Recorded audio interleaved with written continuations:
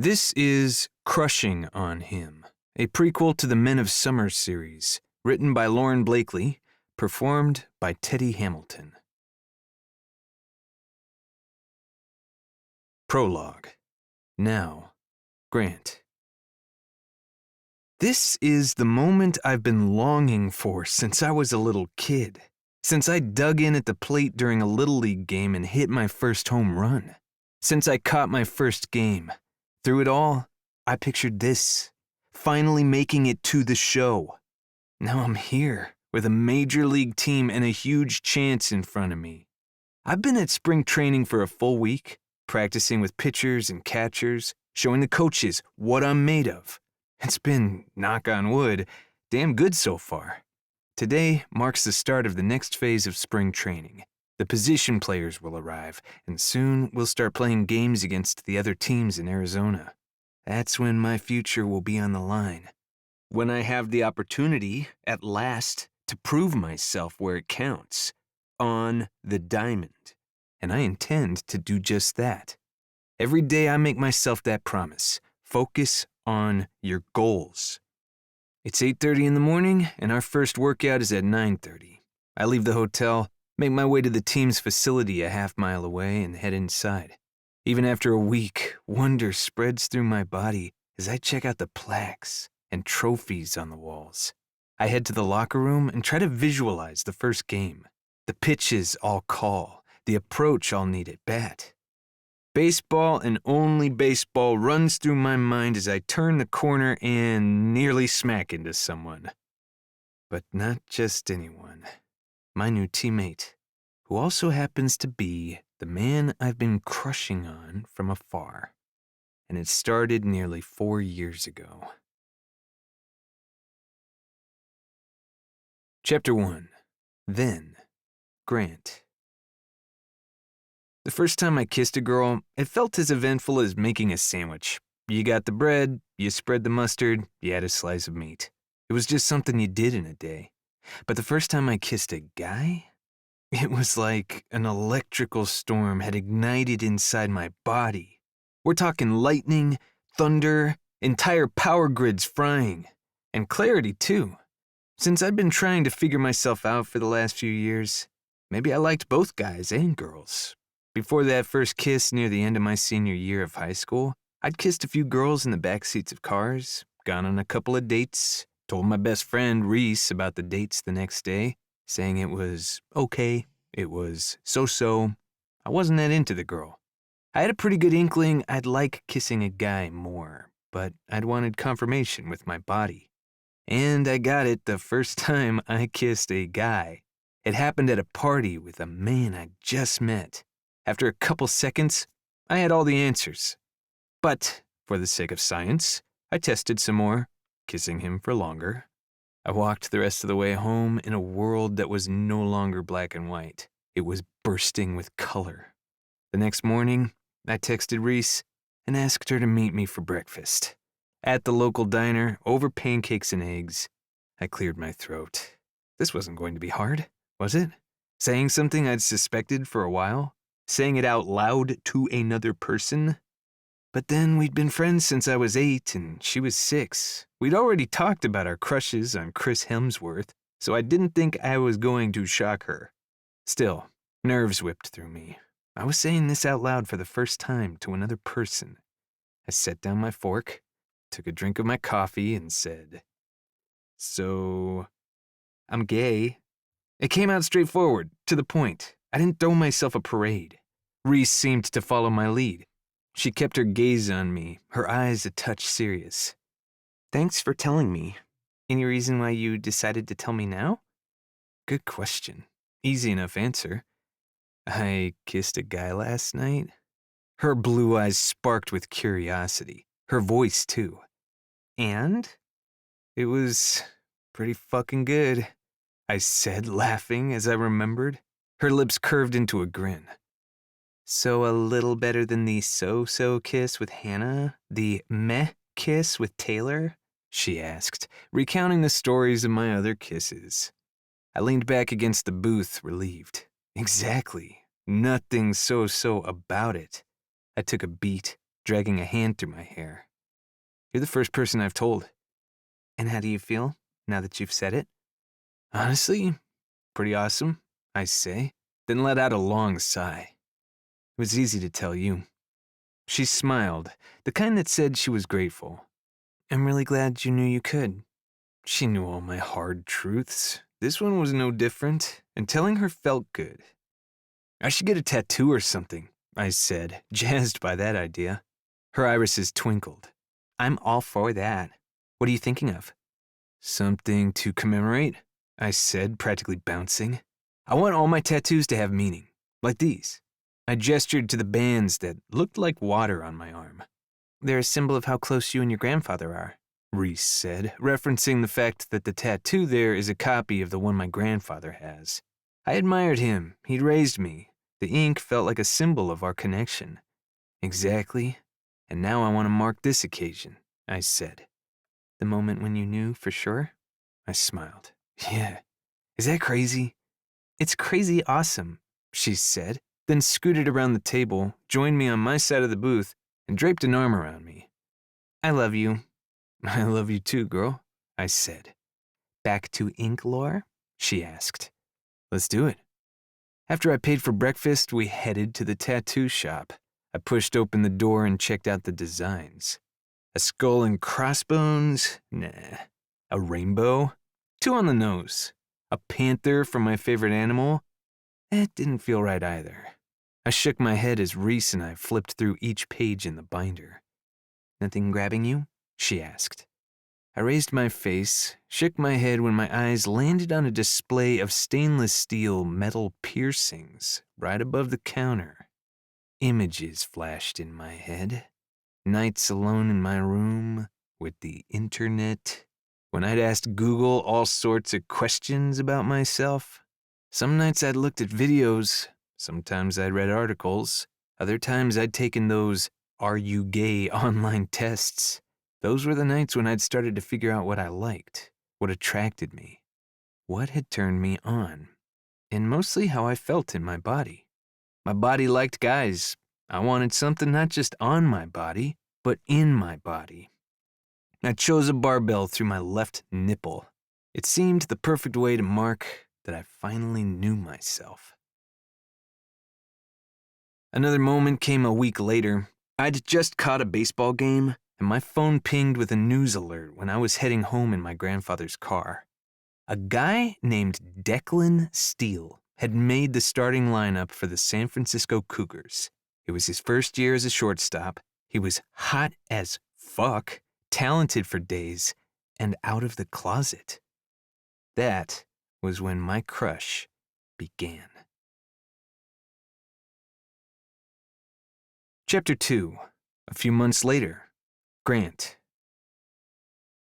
That summer, after I graduated high school, Reese and I went to a few games in the city. We'd been doing that for as long as I could remember, but admittedly, I got a little buzz every time Declan came to bat. Sitting there in the stands, the sun shining, the crowd roaring, watching him come to the plate gave me a thrill.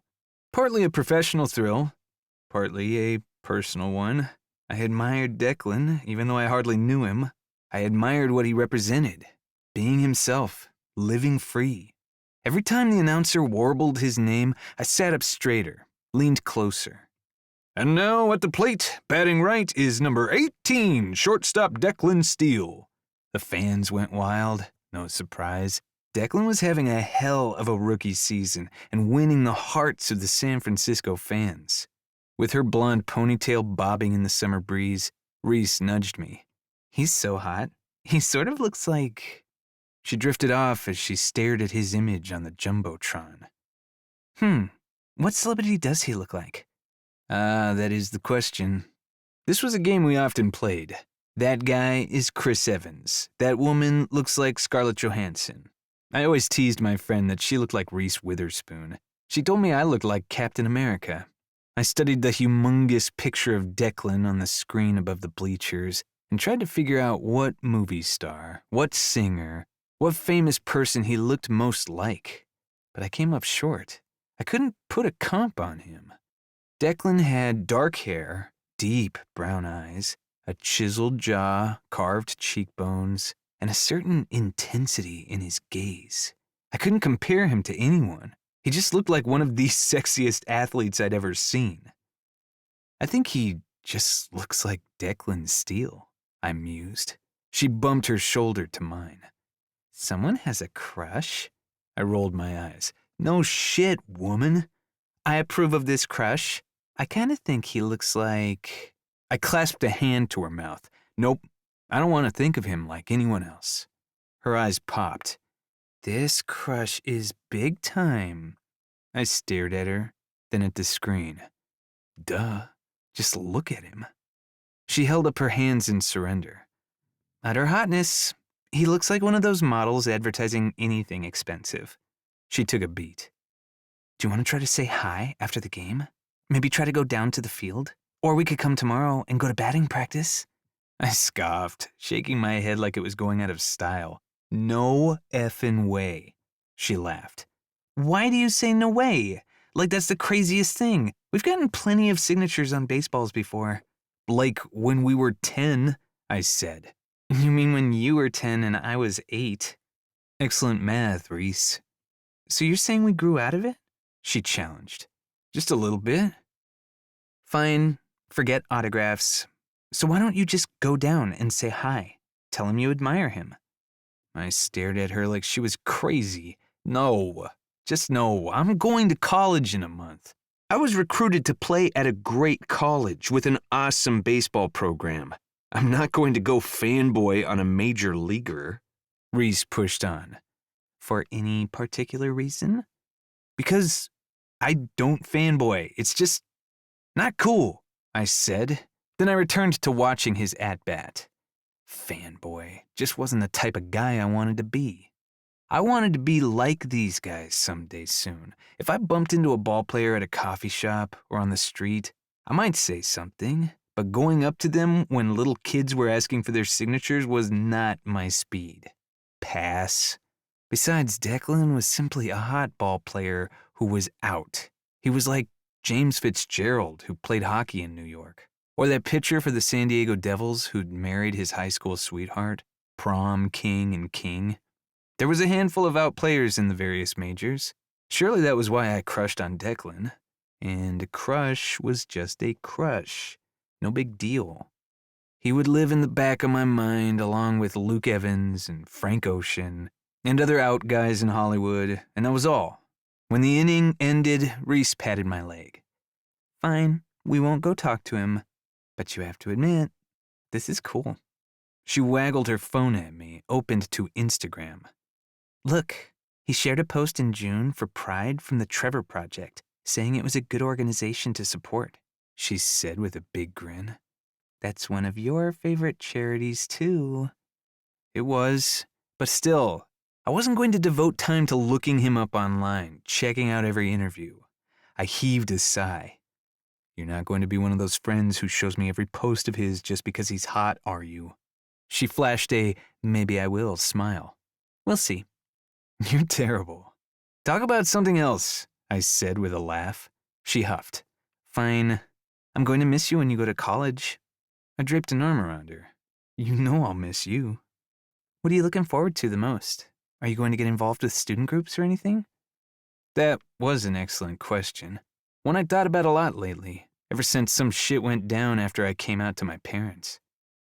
I think I'll see if there's a queer club, some sort of LGBTQ org. I want to tell my own story. I don't want others to do it for me. I'm already going there as an openly gay guy, so it's just easier to embrace it. Because of what happened? She asked, a little heavily, since she knew the deets on what went down a few months ago with my parents at the end of my senior year. Yep. I just want to make sure I'm the one who's using my voice. I love that. I think it's a great idea. That was what I wanted, to be a part of something. Maybe that was why I was so intrigued by Declan. He felt like a part of something, a part of two things that defined me the most, the sport I loved, and who I might love. After that day, I didn't think about him for the rest of the summer. I didn't have time to swoon over him, or many other guys for that matter, since college started soon. In August, I headed off to campus. Even though the baseball season wouldn't start till winter, we still practiced and worked out as a team. That kept me busy in the mornings. I added an extra class my first semester. My goal was to complete all my credits in 3 years instead of 4. If I could pull that off, and if I was good enough behind the plate as a catcher, I could enter the major league draft at the end of 3 years of school. My parents hadn't gone to college, so earning a degree had always been a dream of mine, right along with playing pro baseball. Twin goals. Those were the 2 things I cared the most about, so I focused on them, and I forgot that brief summer crush. Chapter 3. Early Fall, Freshman Year. Grant. The game was my reward.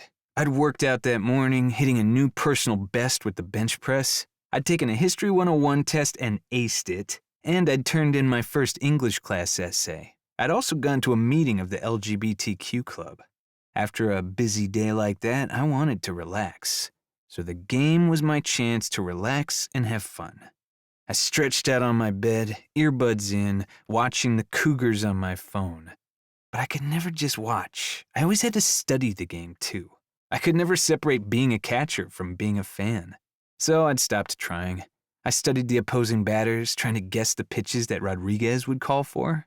The backup catcher for the Cougars was behind the plate in the game since their regular catcher had twisted his ankle. When the Chicago Sharks first baseman came to the plate, I muttered, "Slider, low and away." Yep, that's what Rodriguez called for. Fastball, high and tight. Booyah! When the Cougars were at the plate, I did the same, analyzing each player's hitting stance, imagining what I'd call for the pitcher to throw. When Declan came to the plate in the second, I studied the way he rotated his hips, how he dug his heels in, how he lifted the bat just so. Fastball. He popped it out to third base. I pumped my fist, called it. The next time he was at bat, I bet on a curve. The pitcher served one up, and he hit it for a double. Damn, wrong call for both of us. In the seventh, the bases were loaded with Cougars. Declan came to the plate, adjusted his batting glove, lifted the bat, dug in. If I were the catcher on the Chicago Sharks, what would I call for? How would I do my damnedest to get out of this jam? The Sharks were ahead by 2. The game was on the line. I'd seen Declan hit all summer. He had great eyes and patience for days. The man could wait for his pitch forever. With guys like that, the pitcher had to get ahead in the count. A 4-seam fastball, make him reach for it. I was on the edge of the mattress, muttering, "Come on, come on." But the catcher called for a changeup, and Declan swung, connected, and smacked the daylights out of it. It was going, gone. I cheered, jumping up from the bed. "Yes! Go Cougs!" I hooted and hollered, like the Cougars fan I was, not a Declan fanboy. When the game ended, a local sports reporter found him on the field, flashed a smile, and thrust a microphone in his face. "That was your first grand slam in your major league career. How does that feel?" Declan smiled, and my skin went warm. "I'm just happy it puts the Cougars that much closer to playoff contention," Declan said. The reporter pressed on. "But personally, what was going through your head when you hit your first grand slam?" "Honestly, that my goal is to keep playing, to play long enough to keep hitting many more. That's all I want." He was so smooth. Such a pro with the media at such a young age. Only 22, 4 years older than me. "And you're off to an epic start. It's been a terrific rookie season for you so far." She rattled off some of his stats, his batting average, his home runs, his runs batted in. An epic start indeed. Made my dirty mind wonder, what would it be like to see him finish? Everything about him did it for me. The way he talked with ease, the way he used his skills on the field, the way he handled himself with grace and confidence, and the way he looked. Declan's steel made my pulse surge. The man was understated, sexy, tall, and handsome, and I was crushing on him from afar. Chapter 4. Grant. Over the next few years, the crush lived where all good crushes reside, in that warm, hazy part of me. Sometimes when I was alone in my dorm room, I'd let my mind wander to Declan.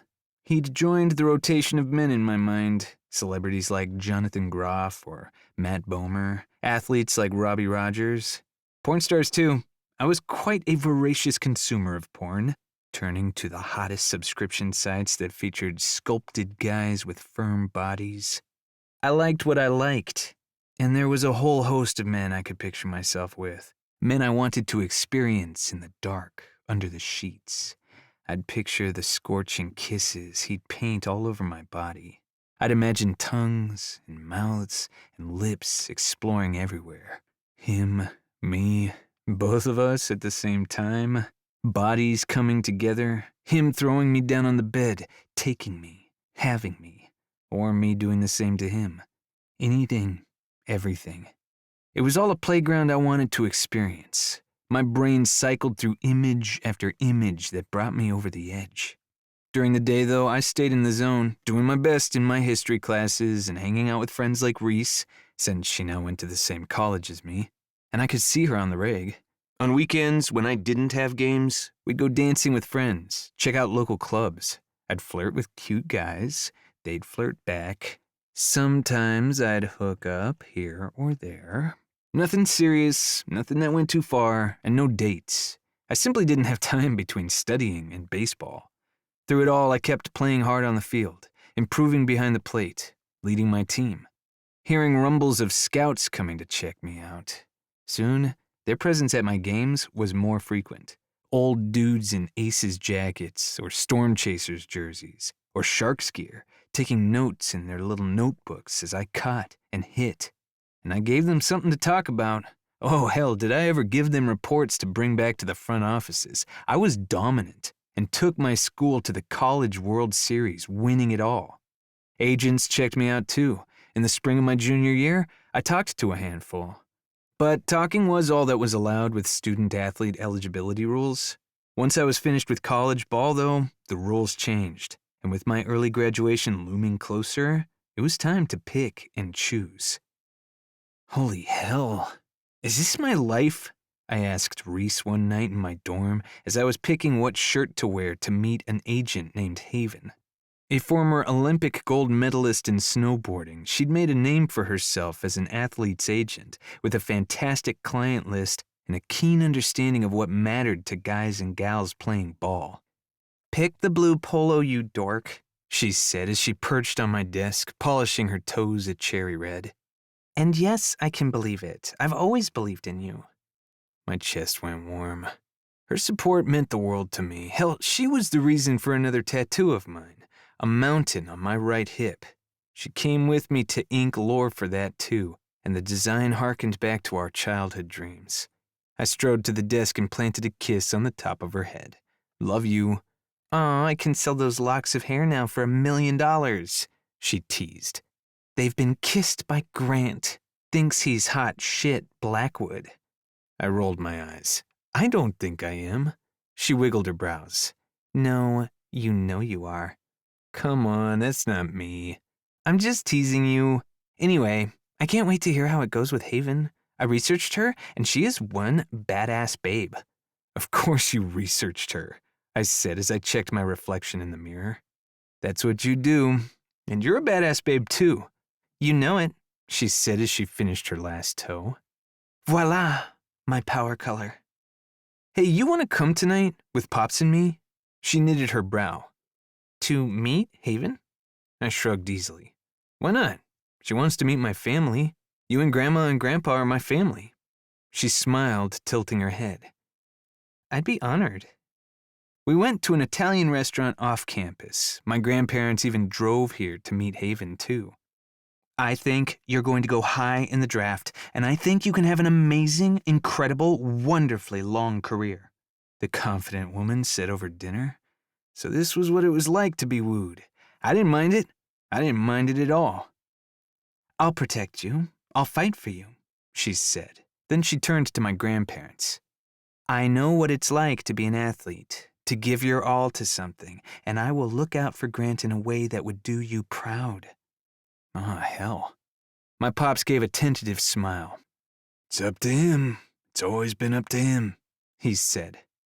After dinner, Reese and I wandered alone to our favorite late-night coffee shop, ordering a macchiato for her and a coffee for me, even though it was late. Do I sign with her? I asked, then took a drink. What does your gut tell you? Good question, and an athlete should listen to his instincts. She's the one, Reese beamed. Go for it. I called Haven the next morning and gave her the news. I'm yours, I said playfully. She cheered. Yes, I'll do everything I can to make your career a wild success. A few weeks later, I was chilling at my grandparents' house in Petaluma, playing a game of Scrabble at the kitchen table with my grandma, grandpa, and Reese. Xylophone, Reese said as she built on the phone already on the board. I whistled in appreciation. That's impressive. My grandma shot me a sly smile. Wait till you see what I spell, she said, then spelled jukebox for 27 points. I gave her a proper Wayne's World, we're not worthy salute. When it was my grandfather's turn, he stroked his chin, contemplated the board, and reached for a letter. My phone trilled. Haven's name flashed across the screen. I mouthed, be right back, and swiped to answer the call. Hey there, Haven. Hi, Grant. How would you like to play for the San Francisco Cougars organization? Chills swept over my body. I parted my lips to speak, but words didn't come out right away. This was a dream come true. It was everything I'd worked for my entire life, and a few seconds later, I gave the one and only answer. Yes! Screaming and cheering commenced with Reese thrusting her arms into the air, demanding we celebrate, and the two people who'd raised me yanking me in for a huge group hug. Then my grandpa played his word. Strike. Call lots of those, son, he said, pride in his voice. I will, I said, and it felt like a promise, to him, to me, to my family, to do everything with this opportunity. The next week, I packed my bags to head to Bakersfield, California, home of the Cougars' Triple-A team. I was on my way to play professional baseball. Chapter 5. Fall. Grant. I moved in with a hip relief pitcher named Sullivan. We shared a tiny apartment in downtown Bakersfield, which meant there was a laundromat, a 7-Eleven, and a couple of sandwich shops near us. Translation, not much to do. Hence, we played Xbox a ton when we weren't on the field, along with another guy on the team who hung out with us a lot. A funny ladies' man of a center fielder named Miguel. They'd both been in the minors for a couple years, hoping to get the call. I was the hotshot new guy who'd gone high in the draft. Still, the three of us became friends as we played our hearts out, hoping for that moment when we'd move to the next stage of our careers. As we neared the end of the first season, Sullivan marched into the apartment one evening, strode straight over to the Xbox and turned it off. What did you do that for? Miguel asked, since he was at our place that evening. It's time to go out, Sullivan announced. And why is it time to go out? Miguel countered. Sullivan stared at us, bug-eyed. Because we need to celebrate. We've had a great season. We have an awesome chance at getting called up. Let's go out tonight and celebrate being this much closer to going to Arizona for spring training, he said, holding up his thumb and forefinger to show a sliver of space. That's the only goal, I said, setting the console down and pushing up on my feet. We went to a bar in downtown Bakersfield, and a couple of local ladies came up to me wanting to flirt. I smiled and chatted, but I didn't want to lead them on. My friends might be more your type, I said to a pretty blonde. She pouted, set a hand on my shoulder. But you're mine. Sullivan laughed, tossed his head back. Sweetheart, you're not his. Oh, understanding dawned on her. I just shrugged and smiled. Well, do you think your friend is cute? She asked me, hooking a thumb at Sullivan. I cracked up. I'm not going to answer that. That's for you to find out. And they did, as Sullivan and Miguel bought drinks for the ladies. After 30 minutes, it was clear there wasn't much there for me. I didn't want to pick anyone up anyway. I'm going to hit the road, I said. Gee, you are the best wingman ever. Sullivan offered a fist for knocking. I knocked back, then took off. I went home alone. I didn't mind. There would be time for men later in my life. I didn't need to be hooking up in the minors. All I needed was to continue on my epic tear on the diamond. To do right by my family, to do right by myself, and to show the world what I was capable of. That night, as Sullivan and Miguel had their fun, I settled into the couch and tuned into the Cougars game as they played the aces. I leaned closer, intensely studying every pitch, guessing what the catcher would call for, how the batters would do. Late in the game, Declan came to the plate again, and I drew a deep breath, narrowing in on his stance, recalling his performance this season. The pitcher went into the windup and threw a slider, and holy shit, Declan connected hard.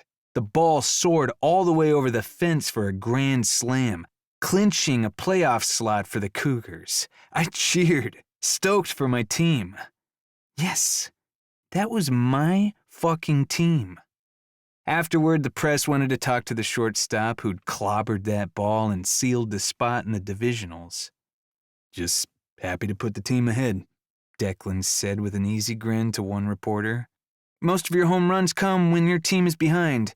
You're getting quite a reputation for being a clutch home run hitter, the reporter said.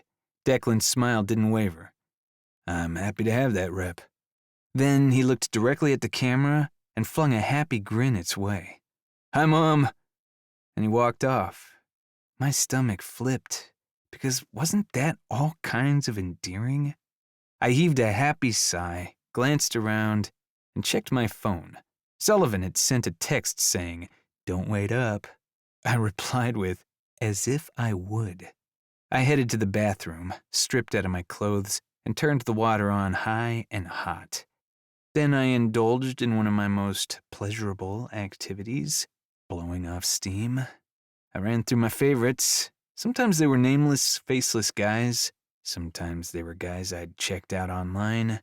This time, there was no question. I pictured Declan, imagining his voice all rumbly, sexy. How would he sound if he said, "I want to take you to bed"?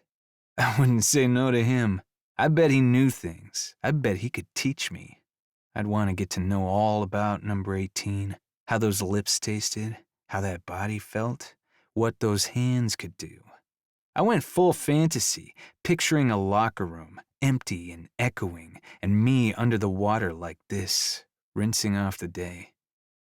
I heard footsteps. As I slid the soap down my chest, I turned. The man himself had sauntered in, towel hooked low around his waist, revealing his chiseled abs, his V-cut, the tantalizing preview of his happy trail. He walked right past me, flashing me a sly grin. He tossed the towel on a hook, strode into the shower across from me. I shuddered, my breath coming faster as I stroked. My fist flew. The fantasy jumped ahead several levels as I imagined a wide-open stall, water streaming down Declan's muscular body. He took his thick shaft in his hand and stroked nice and slow without looking away from me. His eyes never looked away, smoldering as if he wanted to touch me, suck me, fuck me, just as much as I wanted him. Fuck, I moaned, and in seconds, I blew, coming hard in my hand to him, just like I'd done countless times before. A few months later, I got the call. The Cougars wanted me at spring training, and I had a hell of a shot at making the roster, Haven told me. Yes! My greatest dream was there for the taking. Time for me to play better than my best. That also meant I was going to come face to face with the man I'd been harmlessly crushing on for the last few years. The solution? Crush the motherfucking crush. Erase it from my mind. Forget I'd ever fantasized about a teammate. Focus, pure focus. That was what I needed to do as I got on the plane and flew to Arizona for spring training. And that was what I tried to do that first week, get him out of my mind. But that morning, when the position players arrived and I turned the corner in the corridor, all that focus flew from my brain. Epilogue. Now, Grant. There he is, in the flesh, gorgeous, confident, with a megawatt grin. The struggle is real. My skin sizzles. My heart jackhammers. I'm a foot away from a man I admire, a man I've imagined fucking. And it's going to be so damn hard to put this crush back in the box. Once we start talking, I'm even more attracted to Declan's steel than I ever thought possible. And that's going to be a massive problem. Grant and Declan's epic romance begins in Scoring with Him, available everywhere, and narrated by Teddy Hamilton as Grant and Jacob Morgan as Declan. This has been Crushing on Him, written by Lauren Blakely, narrated by Teddy Hamilton, produced by Tyler Whitlatch at Plunk Productions, with editorial management by Kara Hildebrand, casting by Lauren Blakely, in partnership with Audibly Addicted Productions. Story and production copyright 2021 by Lauren Blakely Books.